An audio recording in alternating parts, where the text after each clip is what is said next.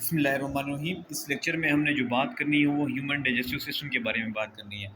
इससे पहले मैं आपको कुछ चंद बातें बताना चाहूँगा। बायोलॉजी में स्कोर करने के लिए आपको आपकी बेसिक्स स्ट्रॉन्ग होने चाहिए। आपकी जब बेस आपकी स्ट्रॉन्ग होगी तो आप मज़ीद आगे इसमें बहुत अच्छा स्कोर कर सकेंगे। अगर आपकी बेस ही स्ट्रॉन्ग नहीं है तो आप इसमें फिर स्कोर करना आपके लिए बहुत मुश्किल हो जाएगा।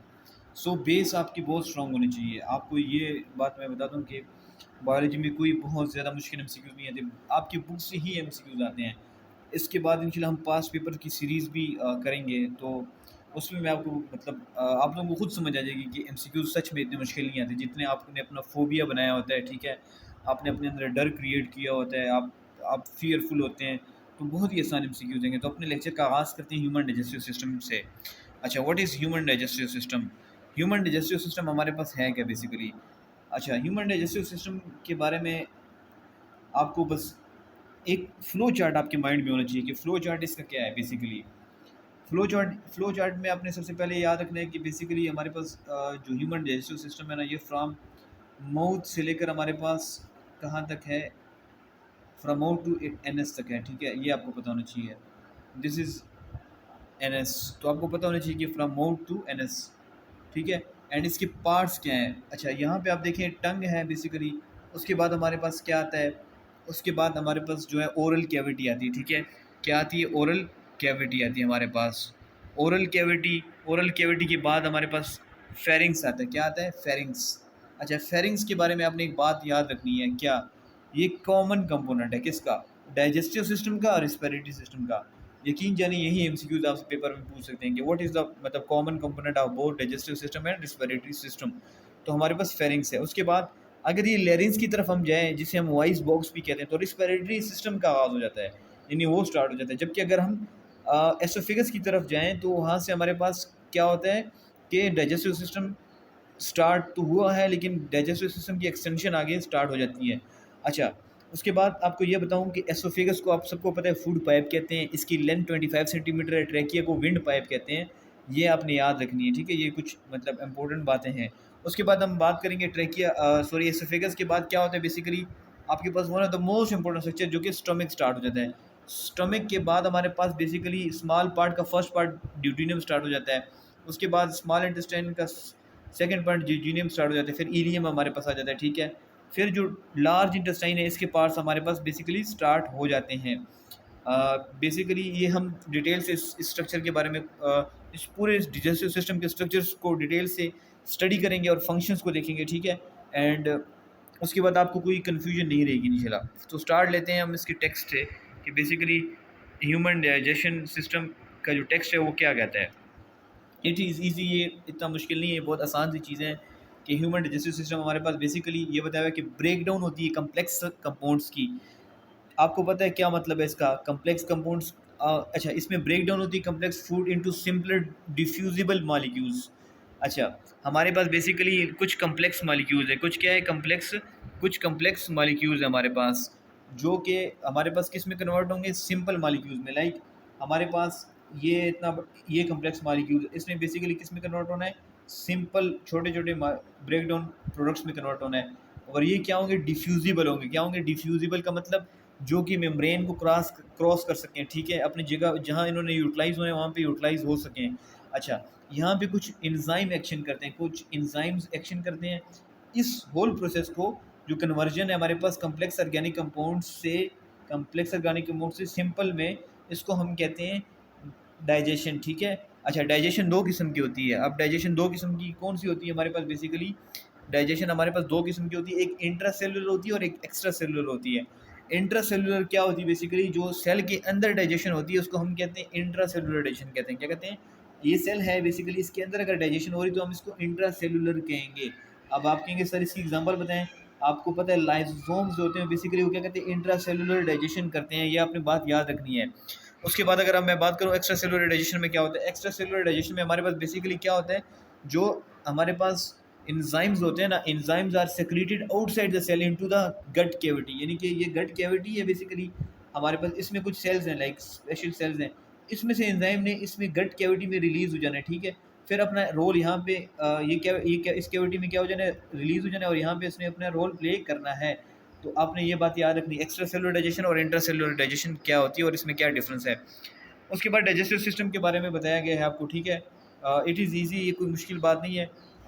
एनाटॉमिकली एंड फंक्शनली बताया हुआ कि डाइजेस्टिव सिस्टम को हम एलिमेंट्री कैनाल भी कहते हैं और इसमें कुछ एक्सेसरी डाइजेस्टिव स्ट्रक्चर्स भी होते हैं। अच्छा, आपको पता है जो स्ट्रक्चर्स है जीआईटी के अंदर, ओरल कैविटी से स्टार्ट होता है, pharynx, oesophagus, stomach, small intestine, large intestine, ठीक है। आपको यहाँ तक पता होना चाहिए, लेकिन एक्सेसरी डाइजेस्टिव स्ट्रक्चर्स कौन से हैं ये आपको पता होना चाहिए, ये बहुत इंपॉर्टेंट है। ये जो है ना, ये इसमें टीथ आते हैं हमारे पास, टंग, सिलेवरी ग्लैंड्स आते हैं, liver, gall bladder and pancreas आता है, ठीक है। तो आपने ये याद रखना है, ये एमसीक्यूज में पूछ सकते हैं आपके पास, ठीक है। उसके बाद हम बात करते हैं किस चीज़ की, उसके बाद हम बात करेंगे बेसिकली हमारे पास जो जेटी जो है ना वो एक कॉन्टीन्यूस लॉन्ग ट्यूब है, ठीक है। आपको मैंने बताया इसकी जो जेटी की अप्रोक्सीमेट लेंथ है वो 9 मीटर है और इसके अंदर आपको पता होना चाहिए इसकी जो ये जो ट्यूब है ना हमारे पास बेसिकली ना, एक मिनट, ये जो ट्यूब है हमारे पास बेसिकली, इसमें क्या होता है बेसिकली, ये जो ट्यूब है ना इसकी अगर मैं इस चीज़ को मतलब इसकी वाल को अगर मैं देखूँ ना तो इसमें हमारे पास 4 लेयर्स होती हैं। कितने लेयर्स होते हैं इसके वाल में? 4 लेयर्स होते हैं, ठीक है। 4 लेयर्स है। Digestive tube consist of 4 major layers. अच्छा, अब 4 तो मेजर लेयर्स हैं, ये तो आपको समझ में आ गई, ठीक है। 4 मेजर लेयर्स है ना, लेकिन अच्छा 4 मेजर लेयर्स में जो इंटरनल है ना, यानी कि जो इनर साइड पे, वो कौन सा है हमारे पास बेसिकली? इनर से हम स्टार्ट होंगे और आउटसाइड की तरफ आएंगे, मतलब इंटरनल लेयर से हम स्टार्ट होंगे और बाहर की तरफ आएंगे। अच्छा, इंटरनल म्यूकोजा है, फिर सब म्यूकोजा है, फिर मस्कुलरस है, फिर एक्सटर्नल सिरोजा है। तो आपको ये अरेंजमेंट्स पता होने चाहिए, ठीक है। अच्छा, इस पे मैं क्यों ज़्यादा यानी कि फोकस कर रहा हूँ, बिकॉज ऑफ दैट कि ये स्टूडेंट्स को बहुत मुश्किल लगता है कि इन लेयर्स की समझ नहीं आती कि लेयर्स अंदर कौन सा है। इंटरनल म्यूकोजा है, फिर सब म्यूकोजा है, फिर मस्कुलरस है, फिर एक्सटर्नल सिरोजा है, ठीक है। ये हमारे पास डाइजेस्टिव ट्रैक्ट में प्रेजेंट है फ्रॉम एसोफेगस टू एनस, ठीक है। ये आपको पता होना चाहिए। अच्छा, मेन जो पार्ट्स हैं in the direction of passage of food के, ओरल कैविटी आपको पता है, बकल कैविटी, उसके बाद एसोफेगस में आता है, फिर स्टोमक में, फिर स्मॉल इंटेस्टाइन में, ड्यूडेनम, जिजिनम, इलियम, फिर लार्ज में सीकम है, असेंडिंग कोलोन है, ट्रांसवर्स कोलोन है, बेसिकली हमारे पास डिसेंडिंग कोलोन है, सिग्माइड कोलोन है और रेक्टम है। बेसिकली लार्ज इंटेस्टाइन में ये देखो इस फॉर्म में सीकम स्टार्ट होता है हमारे पास, इसमें असेंडिंग कोलोन, फिर ट्रांसवर्स कोलोन हमारे पास बेसिकली, फिर डिसेंडिंग कोलोन है हमारे पास, फिर सिग्माइड कोलोन ऐसे आता है, फिर रेक्टम आ जाता है, ठीक है। तो ये वो बात बताने की कोशिश की गई है। अच्छा, उसके बाद अच्छा ये इंपॉर्टेंट है कि हमारे पास बेसिकली जो सिलेवरी ग्लैंड्स है, liver and pancreas are not part of the digestive tract but they have role in digestive activities and are consider as accessory glands, ठीक है। तो ये बात अपने याद रखनी है। अच्छा, अब ये जो टेबल है ना, आप ये कह लेंगे ये टेबल आपके पास एमसीक्यूज है, ये टेबल आपके पास क्या है, समरी है। अगर आप इस पेज में ये कुछ नहीं करते, ये याद रखते हैं और ये लेयर्स के बारे में याद रखते हैं, तो this is more than enough और आपके एमसीक्यूज इससे क्लियर हो जाएंगे, ठीक है। अब क्या बात है इसमें, क्या बताया है कि अच्छा there are main sites of digestion in the digestive system of man. Digestion के लिए जो साइट्स है मेनू कौन सी? ओरल कैविटी में होती है, बेसिकली होती है डाइजेशन। अच्छा, एक एमसीक्यूज आया था ना 2022 में, डाइजेशन स्टार्ट्स फ्रॉम, तो मोस्टली लोगों ने स्टोमक लगाया था, ठीक है। तो उन्होंने अब यहाँ पे अच्छा आया था कि डाइजेशन स्टार्ट्स फ्रॉम, ये क्वेश्चन की पहली लाइन थी ना। तो मोस्ट सबसे पहले लोगों ने क्या मतलब स्टूडेंट्स ने मोस्टली क्या लगाया था? ओरल कैविटी लगाया था। लेकिन एंड पे उन्होंने कहा था प्रोटीन की डाइजेशन कहाँ से स्टार्ट होती है? तो प्रोटीन की डाइजेशन जो है ना वो स्टोमक से स्टार्ट होती है। तो ये बात आपको ये एमसीक्यूज आया था 2022 में, ठीक है। 2022 में ये एमसीक्यूज आया था शहीद जुल्फिकार अली भुट्टो मेडिकल यूनिवर्सिटी में कि डाइजेशन स्टार्ट्स फ्रॉम, लोगों को लगा, उन्होंने अच्छा पता है क्या, आपने स्टेटमेंट को कम्प्लीटली रीड करना होता है। इसकी भी पता है कुछ बातें हैं, कुछ असूल हैं स्टेटमेंट को कैसे रीड करते हैं, किस तरह से आपने एक्सक्लूड करना होता है, किस तरह आपने अपने मतलब आंसर तक आपने कैसे पहुंचना होता है, ठीक है ना। तो आपने कंप्लीट एमसीक्यूज रीड करना था। वहाँ पे आता है डाइजेशन स्टार्ट फ्रॉम प्रोटीन की, तो स्टोमक से होती है। लेकिन अगर आज डाइजेशन स्टार्ट कहाँ से होती है, तो ओरल कैविटी से होती है। अच्छा, फर्स्ट ओरल कैविटी में सलेवरी अमाइलेज बेसिकली कार्बोहाइड्रेट की डाइजेशन करता है, ये केमिकल डाइजेशन होती है। मैकेनिकल डाइजेशन टीथ के जरिए होती है। स्टोमक में क्या होता है, गैस्ट्रिक जूस जो है ना वो केमिकल डाइजेशन करते हैं। अच्छा, उसके बाद मेस्टिकेशन डाइजेशन, जो हमारे पास मैकेनिकल डाइजेशन है उसमें क्या आता है, चर्निंग, जो गैस्ट्रिक स्मूथ मसल होते हैं ना वो उसको मतलब हमारे पास बेसिकली हेल्प करते हैं मैकेनिकल डाइजेशन में। स्मॉल इंटेस्टाइन में जो पेनक्रियाटिक और इंटेस्टाइनल जूस है ना वो बेसिकली हमारे पास केमिकल डाइजेशन परफॉर्म करता है। अच्छा, मैकेनिकल डाइजेशन स्मॉल इंटेस्टाइन में कौन परफॉर्म करता है? Emulsification by bile salts, gallbladder, वो हम पढ़ेंगे डिटेल से कि क्या होता है बेसिकली इसमें। अच्छा, तो आपको पता होना चाहिए केमिकल डाइजेशन और मैकेनिकल डाइजेशन कौन कौन चीज़ें कहाँ कहाँ क्या कर रही होती है, ठीक है। उसके बाद अगर मैं बात करूँ what is chemical digestion and what is mechanical digestion, तो बहुत आसान सी बात है। केमिकल डाइजेशन इंजाइमेटिक, इसमें एंजाइम्स की हेल्प के जरिए हम अपने केमिकल बॉन्ड्स को ब्रेक करेंगे बेसिकली जो फूड के अंदर प्रेजेंट होंगे, और ये हमारे पास डाइजेस्टेबल पार्ट्स में कन्वर्ट हो जाएंगे। उसके बाद ये होता है कि बेसिकली मैकेनिकल डाइजेशन में हम क्या करते हैं, इसमें यह होता है कि ये फिजिकल प्रोसेस है that does not change the chemical nature, ये केमिकल नेचर नहीं बट ये फूड सरफेस, हमारे पास बहुत सरफेस एरिया और मोबिलिटी को इंक्रीज़ करता है, तो आपने ये बात याद रखनी है, ठीक है। उसके बाद हम बात करेंगे किस चीज़ की, उसके बाद हम बात करेंगे हमारे पास मेन जो सिस्टम है उसकी बात करेंगे। अच्छा, आपको यहाँ पे मैं एक बात बताता चलूँ कि जो ओरल कैविटी है ना, उसमें तो हमने पढ़ लिया कि बेसिकली होता क्या है ना, वो तो आपको पता चल गया कि ओरल कैविटी में बेसिकली हमारे पास सलेवरी अमाइलेज जो होगा वो स्टार्च की डाइजेशन करेगा, ठीक है। तो आपने ये बात याद रखनी है, ठीक है ना, सलेवरी अमाइलेज। अच्छा, एक दो किस्म के अमाइलेज एंजाइम है, एक ओरल कैविटी में और एक पेनक्रियाज में है। पेनक्रियाज वाले को हम कहते हैं पेनक्रियाटिक अमाइलेज कहेंगे, ठीक है, पी ए से याद रखना है। सेलेवरी अमाइलेज बेसिकली सलेवा के अंदर होता है, ठीक है, जो ओरल कैविटी के अंदर होता है, ठीक है। उसके बाद हम बात करेंगे ओरल कैविटी के बारे में। ओरल कैविटी आपको पता है, बेसिकली ओरल कैविटी के बारे में थोड़ी बहुत चीज़ें आपको पता होनी चाहिए। बेसिकली रूफ जो होता है वो कौन बनाता है, वो हार्ड पैलेट बनाता है और सॉफ्ट पैलेट इसको बनाते हैं, ठीक है। Hard palate and soft palate क्या बनाते हैं, हमारे पास रूफ ऑफ ओरल कैविटी बनाता है, ये आपको पता होना चाहिए। देखिए ये ऊपर से होती है ना बेसिकली, एक मिनट आपको मैं बताता हूँ। ये यहाँ पे आपको ये हार्ड पैलेट नज़र आ रहा है, ये देखें, ये हार्ड पैलेट है, सही है, ये रूफ बनाते हैं ओरल कैविटी के, ये आपको पता है। और आगे थोड़ा सा जाएँ तो ये सॉफ्ट पैलेट होते हैं हमारे पास, ठीक है। इसका अब ये मैं क्यों बता रहा हूँ, इसके आगे इंपॉर्टेंस है, जो सॉल्विंग हम पढ़ते हैं ना, यानी कि सॉल्विंग इसकी क्या इंपॉर्टेंस है, और ये इस प्रोसेस ये वॉलेंट्री होता है फिर इनवॉलेंट्री होता है, बेसिकली इसमें क्या मतलब, ये सब चीज़ें क्या हैं जो आपको कन्फ्यूजिंग बहुत लगता है। टंग जो होता है बेसिकली इसके अंदर कुछ रफ प्रोजेक्शंस होती है जिसको हम पेपिलाई कहते हैं, बेसिकली इसके अंदर हमारे पास टंग जो है ना, बेसिकली एक टंग ऐसा स्ट्रक्चर है जिसमें क्या होते हैं, पेपेले होते हैं, ठीक है। हमारे पास कुछ ऐसे रफ प्रोजेक्शंस हुई हुई थी, ठीक है। उनके अंदर टेस्ट बर्ड्स होते हैं, ठीक है ना, टेस्ट बर्ड्स आपके होते हैं, ठीक है। तो आपने ये बात याद रखनी है, ठीक है। टीथ के बारे में बताया हुआ है यहाँ पे। अच्छा, यहाँ पे बताया हुआ है कि इन अडल्ट ह्यूमन बीइंग जो oral cavity is equipped with 32 teeth, ठीक है। हर टीथ का अपना फंक्शन है। इंसाइजर जो होते हैं वो फ्रंट वाले टीथ होते हैं, ये मतलब किधर शेप्ड के होते हैं, वो विद शार्प एजेस, ठीक है, ये बाइट करते हैं हमारे पास लार्ज पीसीज ऑफ फूड को, बेसिकली। कैनाइन जो होते हैं वो कौन शेप के होते हैं, ये टीयरिंग ऑफ फूड में हेल्प करते हैं। उसके बाद प्री मोलर्स एंड मोलर्स है, ये फ्लैटन सर्फेसिस के होते हैं और ये बेसिकली ग्राइंडिंग करते हैं फूड पार्टिकल्स की। आपको बस नाम आने चाहिए, ICPM से याद रखो, ICPM। इंसाइजर है, कैनाइन है, प्री मोलर है और मोलर टीथ है, ठीक है। उसके बाद अगर ओरल कैविटी के फंक्शंस की हम बात करें बेसिकली, तो ये 4 इंपॉर्टेंट फंक्शन परफॉर्म करता है। ये आपके लिए MCQs पॉइंट ऑफ व्यू से बहुत इंपॉर्टेंट है, ठीक है। सिलेक्शन ऑफ फूड करता है, ग्राइंडिंग और मेस्टिकेशन ऑफ फूड करता है, और लुब्रिकेशन ऑफ फूड करता है, और basically enzymatic digestion of food इसमें होती है। अच्छा, सिलेक्शन ऑफ फूड की कैसे होती है, अब ये बात आपको पता होनी चाहिए ना।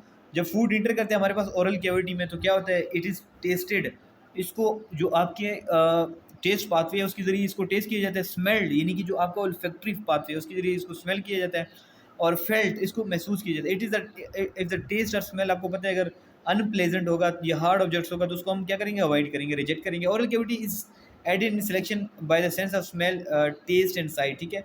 अच्छा, टंग जो होता है बेसिकली इसमें सेंसरी और मस्कुलर ऑर्गन दोनों होते हैं, ठीक है।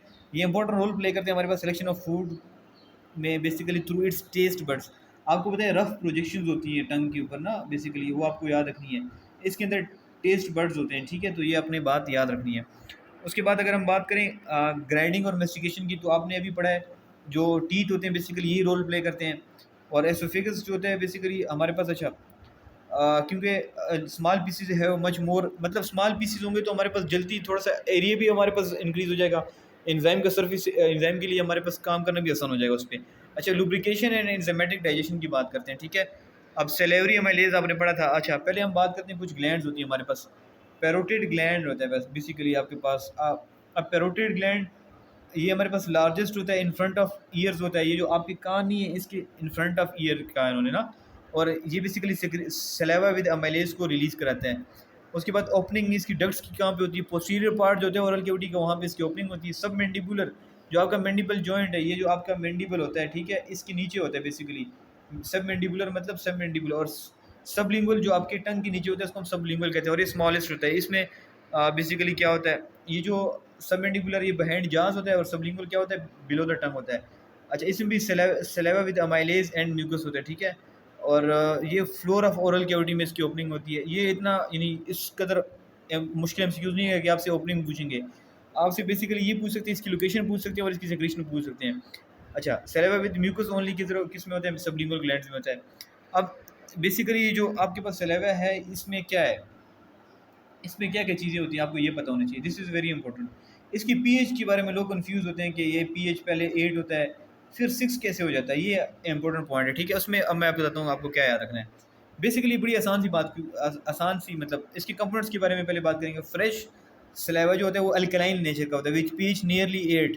लेकिन ये जब कार्बन डाइऑक्साइड को लूज़ कर देते हैं हमारे पास in the form of carbon dioxide को जब लूज़ कर देता है तो इसकी पीएच क्या हो जाती है 6। तो कार्बन डाइऑक्साइड इसमें क्या हो जाता है, इससे रिमूव हो जाता है, तो पीएच कितनी हो जाती है 6 हो जाती है। तो ये कंफ्यूजिंग पॉइंट था जो आपको समझ में नहीं आता। इसकी 3 मेजर कंपोनेंट्स होते हैं हमारे पास, बेसिकली 3 मेजर मेजर कंपोनेंट्स में क्या क्या आता है। वाटर एंड म्यूकस आता है, ग्लाइकोप्रोटीन। अच्छा, इसका रोल क्या होता है, ये मॉइस्चन करते हैं और लुब्रिकेट करते हैं फूड को। Sodium bicarbonate and some other salts, sodium bicarbonate और सम अदर साल्ट ये स्टेबलाइज करते हैं पीएच को और slightly antiseptic means to kill the germs. अच्छा, सेलेवरी अमाइलेज होता है इसमें। अच्छा, सेलेवरी अमाइलेज का एक दूसरा नाम है ptyalin, this is given in the Punjab text book board, ठीक है।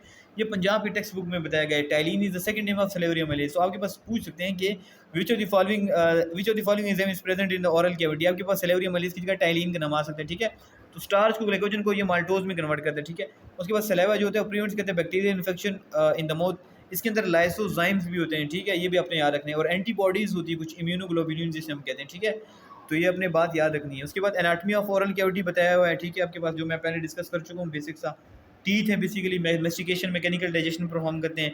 Lips communication, hold food in position. Tongue जो होते हैं basically manipulation of food, hold food, cleaning teeth, ठीक है। Taste communication, following mucus and, ये सारी बातें आसान सी। सॉफ्ट पैलेट जो होता है वो हम पढ़ेंगे, सॉफ्ट पैलेट का रोल पढ़ेंगे, हार्ड पैलेट का रोल पढ़ेंगे। हार्ड पैलेट पैलेटाइन बोन्स से मिलकर बना होता है, जो पैलेट की बोन होती है। सॉफ्ट पैलेट क्या करते हैं, ये नेजल ओपनिंग को बंद कर देता है जब हम खाना खा रहे होते हैं, ताकि हमारा फूड ऊपर की तरफ ना चले जाए। आपने बाजू का गौर किया होगा, जब आप पानी पी रहे होते हैं तो कभी कभी आप इतनी जल्दी में वो पानी आपके नाक से निकल आता है, दिस इज़ वेरी मतलब पेनफुल यार, और बहुत ज़्यादा अनप्लेजेंट सी मतलब चीज़ होती है, ठीक है। तो ये अल्लाह ताला ने एक निज़ाम बनाया हुआ है, इसको हम स्टडी करेंगे। फेरिंग्स जो है ये बताया हुआ है कि is a cavity behind the mouth, ठीक है। ये कॉमन पैसेज है, this is very important MCQs. अगर ये एमसीक्यूज बहुत इंपॉर्टेंट है, ये आपसे पूछा जा सकता है, ठीक है। अच्छा, हमारे पास ये कॉमन कंपोनेंट है फूड डाइजेस्टिव सिस्टम का एंड रेस्पिरेटरी सिस्टम का। It is lined by mucus, ठीक है। अब सॉल्विंग को हम पढ़ेंगे, ठीक है, ये बात है। सॉल्विंग को कैसे हमने पढ़ना है, आपको पता है, जब हम हमारा फूड जो होता है ओरल कैविटी में होता है बेसिकली, तो इससे हम एक मतलब जब इसको मैकेनिकल और जो केमिकल डाइजेशन के ज़रिए गुजारते हैं, तो ये फूड जो होता है वो बेसिकली किस में कन्वर्ट हो जाता है, बोलस में। इससे क्या बन जाता है, बोलस, ठीक है। ये अपने याद रखना है, ठीक है। अच्छा, उसके बाद जो ट्रांसफ़र होता है फूड का ना बोलस का, ओरल कैविटी से pharynx and then into oesophagus. जब एसोफेगस में जाते हैं इसको स्वॉलोइंग या डिग्लूटेशन कहते हैं, ठीक है।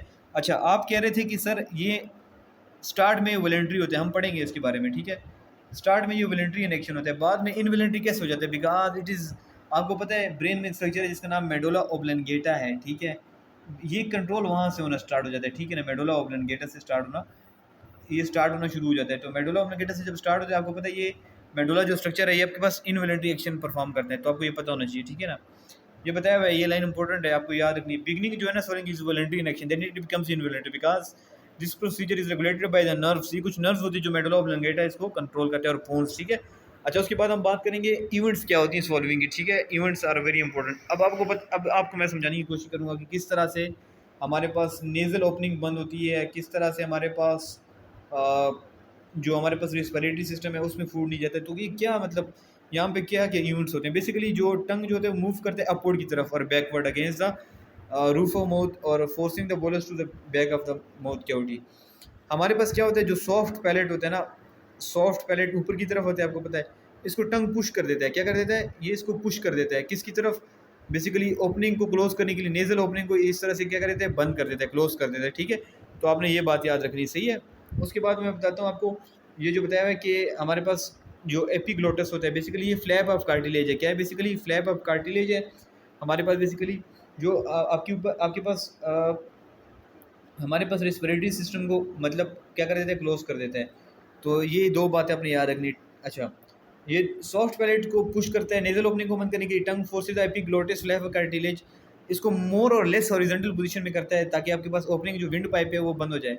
तो इस तरह से फूड डाइवर्ट हो जाता है एसोफेगस में, ठीक है। आगे उसके बाद बताया है कि लेरिंग्स भी ये लेरिंग्स है, तो ये पहले इसकी पोजीशन यहाँ पे होती है, एपिग्लोटिस यहाँ पे होता है। तो बेसिकली लेरिंग्स इस तरफ मूव करते हैं, ठीक है, एपिग्लोटिस के पास, ताकि जो हमारे पास पैसेज वे है टूवर्ड्स द रेस्पिरेटरी सिस्टम, वो क्या हो जाए, क्लोज हो जाए, ठीक है। उसके बाद हम पेरिस्टालसिस की बात करेंगे। This is very easy and simple, it is a movement. अच्छा, ये कैरेक्टरिस्टिक मूवमेंट है, लेकिन ये वेव लाइक मूवमेंट होती है। किस तरह वेव लाइक? अब वेव लाइक मूवमेंट कैसी होती है आपको मैं बताता हूँ, ठीक है। दिस इज़ वेव लाइक, इस तरह इस फॉर्म में आप याद रखें, ठीक है, ताकि आपको याद रह जाए, ठीक है। अच्छा, बैकवर्ड हमारे पास क्या होता है और इनवर्ड में क्या होता है? एक मिनट में आपको आसान बात बताता हूँ। अगर हम, ये फूड पार्टिकल है ना, ये सपोज करो फूड पार्टिकल है, और ये बेसिकली आपके पास क्या है। अच्छा, ये आपके पास फूड पार्टिकल है एंड दिस इज सो, आपके पास जो फूड पार्टिकल होता है बेसिकली, ये पेरिस्टालसिस की तरह, मतलब पेरिस्टालसिस एक कैरेक्टरिस्टिक्स वेव लाइक मूवमेंट है। ये वेव ऑफ कंट्रक्शन, इसमें दो किस्म के मसल होते हैं, सर्कुलर एंड लॉन्गिट्यूडनल मसल जो होते हैं वो कॉन्ट्रैक्ट करते हैं, ठीक है। अच्छा, बेसिकली रिलैक्सेशन जो होती है ना, वो हमारे पास जो बोलस है ना उसके बैकवर्ड में होती है, ठीक है। Relaxation of circular in the front of the food is followed by wave of strong, sorry, अच्छा, ये लाइन आपको पता होनी चाहिए, ये डेफिनेशन है बेसिकली। अगर आप इस लाइन को समझ गए तो आपके लिए सब कुछ आसान हो जाएगा। इसको मैं डायग्राम बना के बता रहा था, लेकिन डायग्राम यहाँ बन नहीं रही। रिलैक्सेशन होती है आपके पास सर्कुलर मसल की in front of the food, ठीक है। आपके पास जो सर्कुलर मसल्स है ना, वो जब बेसिकली फूड पार्टिकल, यहाँ पे फूड पार्टिकल है, एक मिनट में आपको समझाता हूँ। देखें, सिंपल सी बात है, ये फूड पार्टिकल है ना, इसमें तो रिलैक्सेशन जो होगी ना वो फ्रंट पे होगी। यहाँ पे क्या होगी, फ्रंट पे इसके रिलैक्सेशन होगी, ठीक है। पीछे से क्या हो रही होगी, वो कॉन्ट्रैक्शन हो रही होगी, ठीक है। ये जो सीरीज है, यानी कि आपके पास फूड पार्टिकल के सामने फ्रंट पे क्या होती है, रिलैक्सेशन होती है, और कंट्रैक्शन जो होती है वो बिहाइंड होती है। इस पूरे, ये जो पूरा मूवमेंट है, ये जो पूरा एक वेव ऑफ कंट्रैक्शन है, इसको हम कहते हैं पेरिस्टालसिस। तो ये आपने याद रखना है, ये सिंपल सा फंडा था इसका। उसके बाद एंटी पेरिस्टालसिस क्या होती है? Anti means opposite to peristalsis. जो वॉमिटिंग है ना, जब आप वोमिट करते हो तो इसको हम कहते हैं एंटी पेरिस्टालसिस, मतलब पेरिस्टालसिस के अगेंस्ट, ठीक है। तो ये आपको पता होना चाहिए। अच्छा, व्हाट आर हंगर पैंग्स? जब आप हंगर, ये हंगर पैंग्स क्या होते हैं? ये हंगर कंट्रैक्शन, जब आपके अंदर ब्लड के अंदर ग्लूकोज का लेवल कम हो जाए, यानी आपको सच सीधी सिंपल अल्फाज में बात करूँ तो ये है कि जब आपने कुछ बहुत ज़्यादा, यानी कि 24 आवर्स तक कोई खाना ना खाया हो, 24 से 48 आवर्स के दरमियान आपने कुछ मतलब यानी कि ये आपके पास टाइम पीरियड है, इसमें कुछ आपने इतनी देर तक कुछ खाया ना हो, तो आपकी बेसिकली पेरिस्टाल्टिक कंट्रैक्शन स्टार्ट हो जाती है, जिसको हम हंगर पैंग्स का नाम देते हैं, और ये बेसिकली थोड़े पेनफुल होते हैं। अच्छा, gravity assist the movement of material to oesophagus specially when liquid. ये बताया कि पेरिस्टाल्सिस जब होती है तो इसमें ग्रेविटी का भी रोल होता है, ठीक है। तो ये बात भी आपने याद रखनी। तो यहाँ तक हमारा बेसिक सा ओवरव्यू था डाइजेस्टिव सिस्टम का, जो कि कंप्लीट हो चुका है। इसमें आपका कोई क्वेश्चन हो तो आप कमेंट सेक्शन में पूछ सकते हैं, और चैनल को सब्सक्राइब कीजिए। मजीद पार्ट्स अब इसके बाद हम अपलोड करेंगे। जो बाकी पोर्शन है उसको मैं 2 से 3 लेक्चर में कवर करने की कोशिश करूँगा।